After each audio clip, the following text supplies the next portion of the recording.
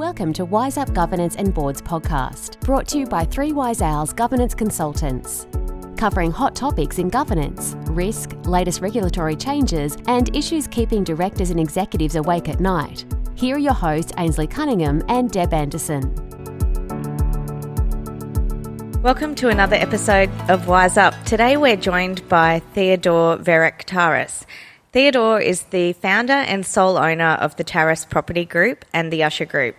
The Usher Group started out as a humble small painting business on the Gold Coast.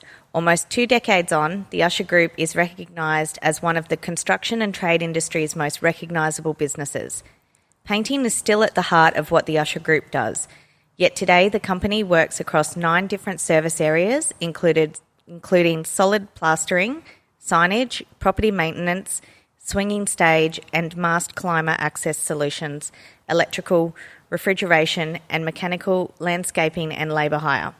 With such an expansive collection of services at Usher Group, their strongest belief is that they establish themselves as their client's project partner, reflecting the quality of service that they strive to sustain and deliver.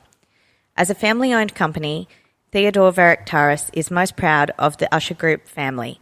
Their 500-plus strong team of exceptionally highly skilled individuals specially selected for their passion, work ethic and shared commitment to delivering a high standard of work for their clients. The Usher Group has been recognised over years with countless awards for business, training and innovation, and was last year named Gold Coast 2019 Supreme Winner Business of the Year at the Gold Coast Business Excellence Awards. Usher Group have also recently won the monthly award for October 2020. Well done, Theo. Welcome. Cheers. Thanks for having me. Wow, after hearing that, it just gets me a bit emotional. Like, wow, it's really good to sometimes. An amazing journey. Yeah. So tell us a little bit about Theo and the journey that's taken you to get here. Okay, the journey. How far back are we going? Start back at 1. Yeah, okay, so... Architecture. Oh, when I studied architecture and did my 1 year in a firm, and then found myself not enjoying the day-to-day in an office, and then went out there and started a business. Yeah, that was pretty cool. But so going way back, I've like you said, Ainslie, I've got humble beginnings, and I grew up in a housing commission upbringing. So that was the environment, I believe, that, built my passion and purpose in a really young and early age. So a lot of people talk about, entrepreneurship and how that's developed, and whether it's you're born with it or whether anyone can have it. I sort of find that there's so many different definitions of it, but I found that it was my environment that actually got me super excited and super passionate to succeed in just anything that I put my mind to. So, I actually vowed that I was never going to be a painter. My father was a painter, and I used to see him come home from work being a tradie and, paint on him and working hard and whatnot, and trying to do the best he could for us all, and with mum as well, and working AGC, and she ended up working at Movie World Cash Office for 10 years. So I vowed I wasn't going to be a painter, and I went and studied. So I studied architecture. Didn't really like that environment where I was just, working in an office. There was no real platform for me to use any artistic flair. Sort of felt like you really had to be the grey-haired army before you could, use any artistic flair in an office like that. So then I deferred to Bachelor of Business, and I did that for 6 months, and then I deferred again, and I haven't been back since. So, and then I started the painting business, and it's been an awesome journey, up, down, sideways, roller coaster ride. But it's definitely shaped me to the person I am today. I'm so grateful for the journey, and I absolutely love it. I love what I do. I love Usher. I love how we operate in the community. I love how we present ourselves in the construction industry, and it's just really cool. So tell us a little bit about the Usher Group. Obviously, it's a unique value proposition that wasn't really around pre what you were doing in terms of sort of a collaborative platform? Yeah, so what we were painters, and as we were growing through the different industries, the construction, repaint industry, the small sort of light commercial, say shop fit out industries, we just had a different approach where we built that brand promise, where it was basically your project partner. I found that, during our journey, it's not really that hard to do the right thing, and it's not really that hard to, really enjoy what you do. And for me, I really love painting, as I was just mentioning before, Deb. I still paint now. I really love it, and I believe it was the passion and the purpose in me that really helped me deliver an awesome product. When someone loves what they do, when they're really passionate about their trade, when they can see that possibly the trade was perceived as, the painters, sort of like chippies, builders, I should have said carpenters, electricians and plumbers. They're sort of perceived as a little bit, I don't know how to put the right wording, but they look a little bit higher than a painter. And I found that, upsetting. So I really sort of embarked on trying to help professionalise our industry as much as I could, and just starting from the ground up. So just all the little things about teaching our trades and our apprentices coming up through the ranks of putting my passion and my beliefs and installing those core values and agreed behaviours into my team really propelled us ready for the next stage, which was dealing with people and culture. So tell us a little bit about the people and culture side of the business. How has that, obviously it was going really well, and now, with COVID, has that kind of changed the dynamics slightly, or? If we didn't have those core values and agreed behaviours, which pretty much set the base for our culture, we would not have navigated through COVID the way we have. And I'm so proud of the team, and they've all rallying behind our brand, our group, rallying behind our people in Melbourne that are doing it real tough. I'm super impressed, and I'm so grateful for those people down there. They've just been absolute amazing humans, and what they're dealing with, and how they're keeping, positive in this environment, and just the collaboration between all the offices of Usher, and how they're coming together to really, grow out of this the right way. But it was the culture. So, and I found that without the right culture, I would not have been able to be a business that employed the right people, or possibly attracted the right people.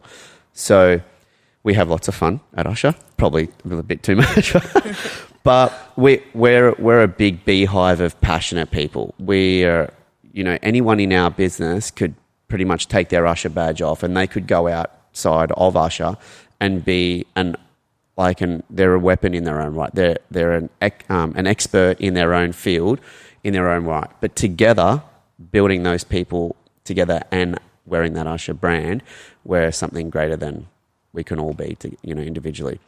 So how it sort of really got us through those times of COVID was when we got to really fall back. We all couldn't say, oh yeah, we've got core values, they're up on the screen or in the office wall somewhere, and yeah, we've got our agreed behaviours because we want to be ethical and transparent and all these other, really good positive traits that we should all encourage each other to do and evolve into. But it was those core values and agreed behaviours that really we got to fall back on in times of adversity. Who are we? What do we agree we're going to do? How are we going to operate in this environment, with our colleagues, our peers, our clients, which, our customers. And it was that base that really propelled us and kept the vibe high and kept everyone watching each other's back. And, we've got people there that the department that they work in, our customers, well, then they're not working either. So they don't really have a dialogue to talk to their customers. They can call them and go, how you going? What's happening? But there's no real work to be engaged in. So a colleague seeing another colleague like that and then basically saying, hey, I know you don't have much to do. Let's repurpose our staff. Let's find other areas of the business where they can work. And it wasn't just about, oh, look, we're just employing our people. We're not going to get rid of them. It was about still having them motivated, having them, having some job satisfaction. That they want to come to work. We want them to enjoy themselves at work, not wake up in the morning and go, oh, yeah, I'm going to go there. What am I going to do? I'm going to paper shuffle. Like, it wasn't about that. It was actually making sure our people were still mentally happy and, mentally positive. So it was those core values that really bounded everyone together. And has your culture been the same since the beginning through to now, where you've got sort of 500 plus employees, or have you had to sort of... No, we've definitely had to work on it along the way. There's definitely... And I believe it's forever evolving. Like, what is culture? It's more like, for me, it's like what we agree is the behaviour and sort of like what the group does that builds success, and then people want to join those groups. So if we as humans want to be in a group, we sort of adapt to that group and what's that behaviour mean, and sort of then really guides what your day-to-day, looks like. And so when we do that, then we then become part of a unit. And when we do that, I find that we really succeed better. And yeah, so to answer your question, it's always evolving and we're always learning. So we find ourselves in this ever-changing market where things will occur, and then we'll have to discuss it and openly decide how we're going to navigate that and what's the right way. So I believe transparency is like a huge, massive core value of ours, because our people having the confidence to be able to say, hey, look, there's some spilt milk here, or I don't think I handled that correctly, or, what do you think about this? Because they're not really liking how, we're responding in this manner. If you don't have that core value, we're never really going to evolve our culture and really learn from the day-to-day experiences that we're up against. So I know we've chatted briefly in the past about the culture that you've kind of built in the office in terms of, where you position people and kind of really helping draw out that, cultivated environment and making sure that people are bouncing the right ideas off people. And so how have you positioned that? How have you gone about that? Well, I think it's our focus was more on the well-being. We've got core values, agreed behaviours, team building exercises, camps, retreats, whatnot. But I found that when we really harnessed, the power of well-being, it really then engages people to want to build on the culture.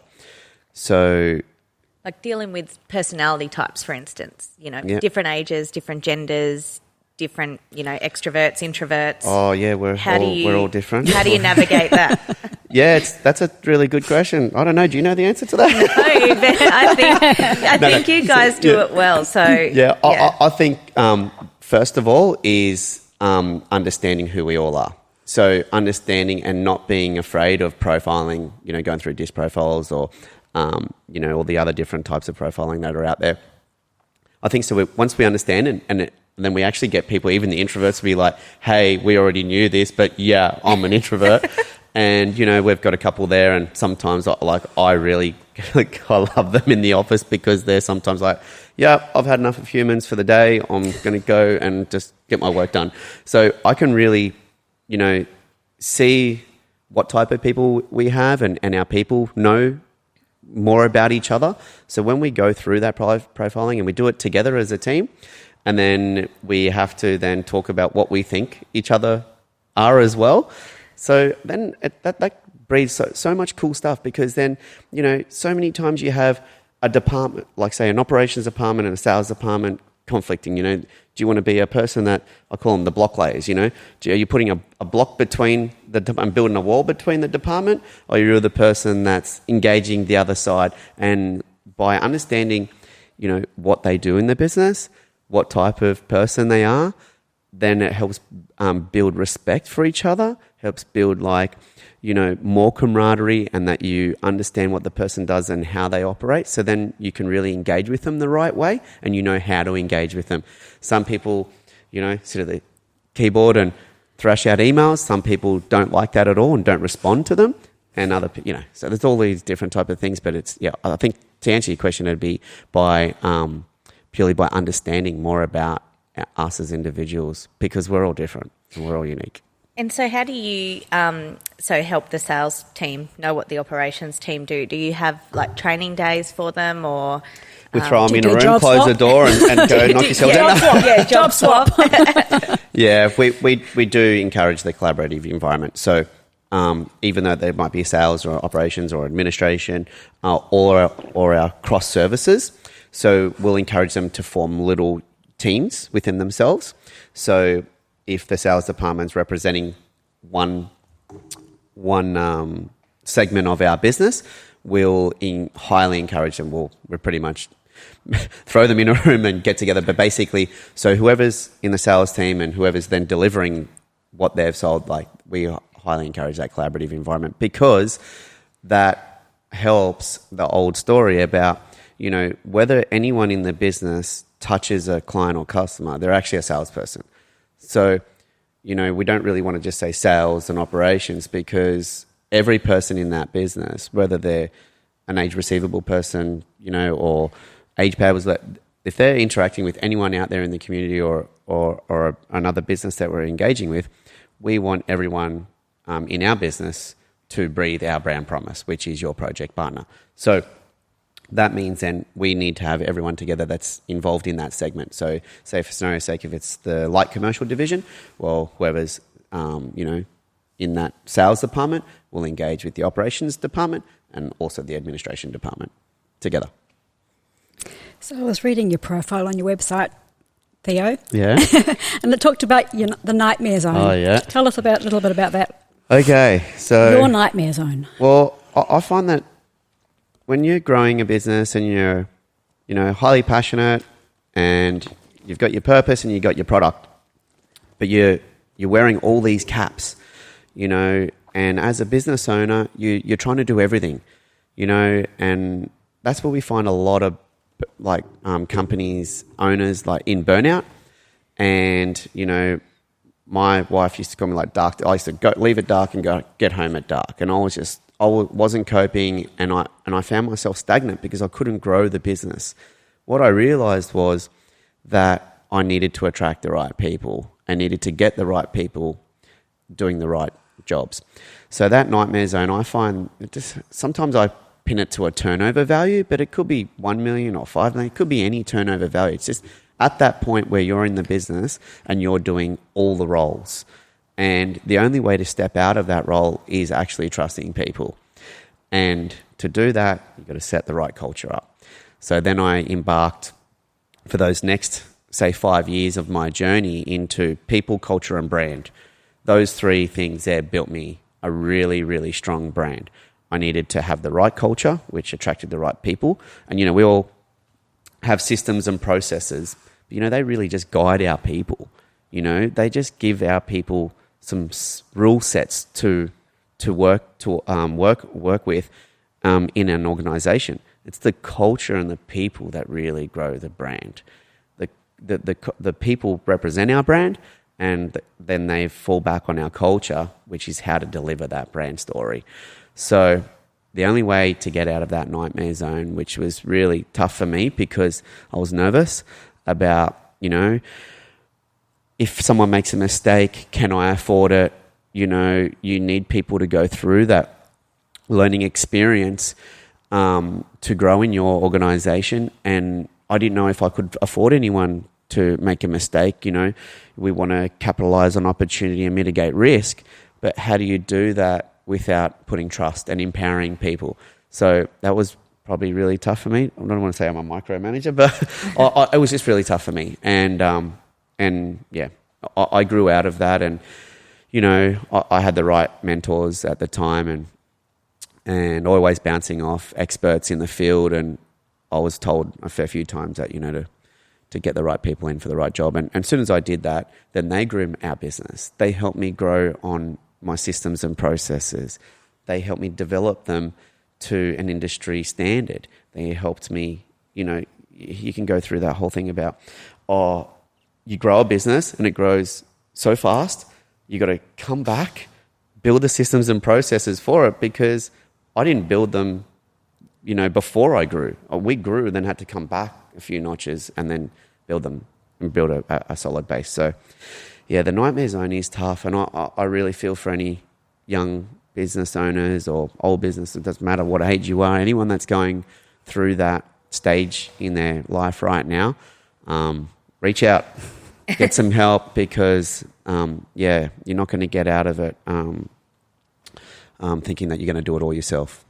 And it can be quite challenging for family businesses in particular, can't it? Because you've got the family dynamics. You're wanting to grow, so that can be quite challenging in itself. Yeah, absolutely. Yep, Mum was our first office employee. When she'd finished up at Moville, she came over and worked in our office and helped me organise myself in my administration. At that time, I was actually living in my factory. I had a factory out at Southport, and my humble beginnings there was I actually slept on a mattress on my half pipe in the factory, and Mum would come to the office, and it was super cool. I really enjoy those days and how they've brought me to where I am today. I think it just puts it in perspective too, like when you do work so hard to build something of your own and you do have to put in that sort of blood, sweat and tears, it actually sort of does help cement that.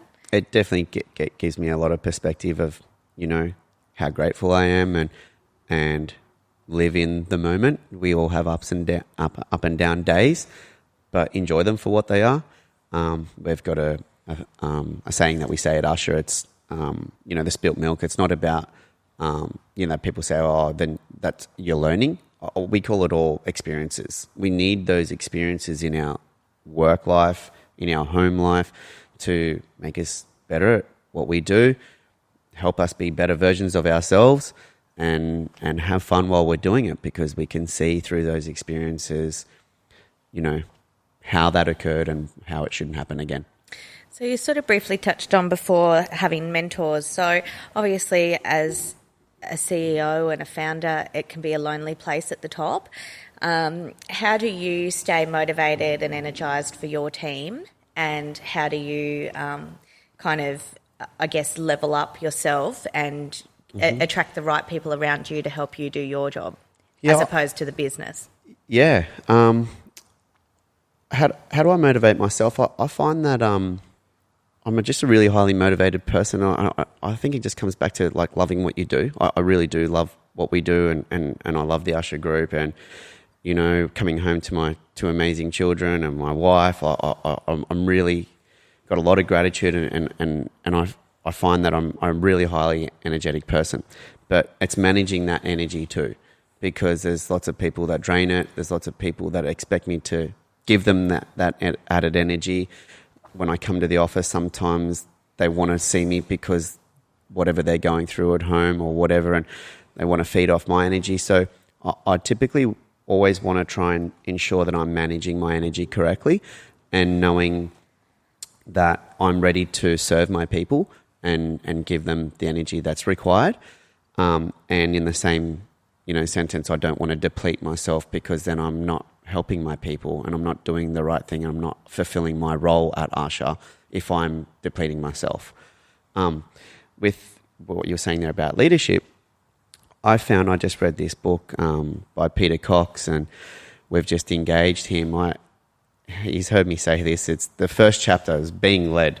I felt that term was a little bit odd for me, because I'm a bloke and in the construction industry and very passionate and whatever you want to call it, entrepreneurial, and I'm not that. I'm out there charging away, but I read the chapter and I had to contact him straight after it. I was like, wow, like I've realised that I've actually been led my whole life, whether that's at work, in my sports that I love, whether it's my home life, whether it's growing my children. Being led, I used to call it being mentored, or having mentors, or having experts that help me with whatever challenging task I was facing at that time, whether in my career or at home or anything that I'm up against. But the fact is that we are all led. Like, we all lean on our friends, our family. We lean on experts out there in the industry. We lean on professional people to help us and guide us. And I feel, like you said, that showing that to our people and having our people understand that to look for external people outside of Usher for mentorship, look for someone that you can collaborate with that's going through something that they're going through, that's possibly out there in the industry, that's in a different organisation, however, going through the same, struggles or tasks that we're going through. And so now, like I was saying, we're just engaged a new leadership program. So we want to bring our whole executive leadership team up to that next level. So, we all can't grow unless everyone's growing together. So it's a new platform. I'm really excited about it. And I'm going to undertake it as well. And I believe that we never stop learning. So when you encourage that type of culture, I believe it uplifts our people because they know that they're in an environment that they're going to grow, that an environment that they're going to constantly learn and be challenged, and an environment where they get to actually have a voice too, because through any type of leadership platform, we're actually going to, have feedback. It's a complete feedback loop. We're going to see what they're struggling with. We're going to understand what they're actually going through. So I'm super excited about it, and I 100% encourage all businesses to, it's investing in your team.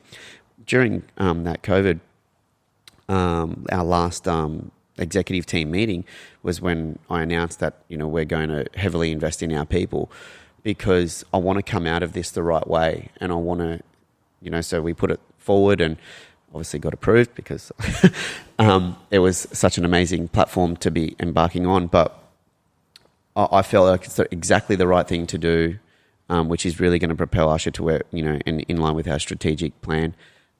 Pre-COVID, we had a strategic growth plan. We tried to stay as true to it during COVID, but now we need to come out of there, ready to rock and roll.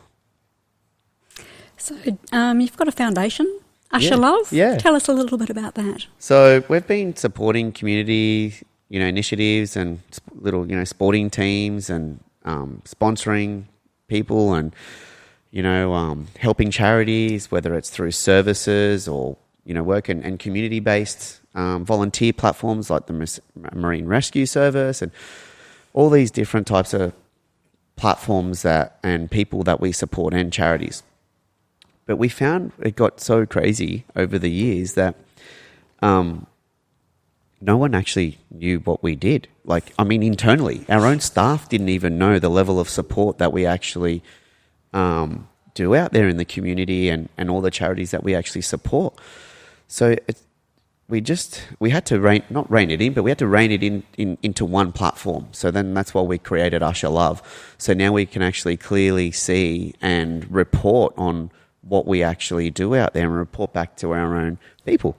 And, it's we typically don't go out there and wave, the big flag out there to the world. However, I think it's really important for our people and our culture that our team knows the level of support that what the Usher Group actually does. And it's grown so much now. We actually invest a lot of money into the Usher Love platform. I can't tell you yet, but there's a couple of really cool initiatives that are about to be launched, and we're super excited about it.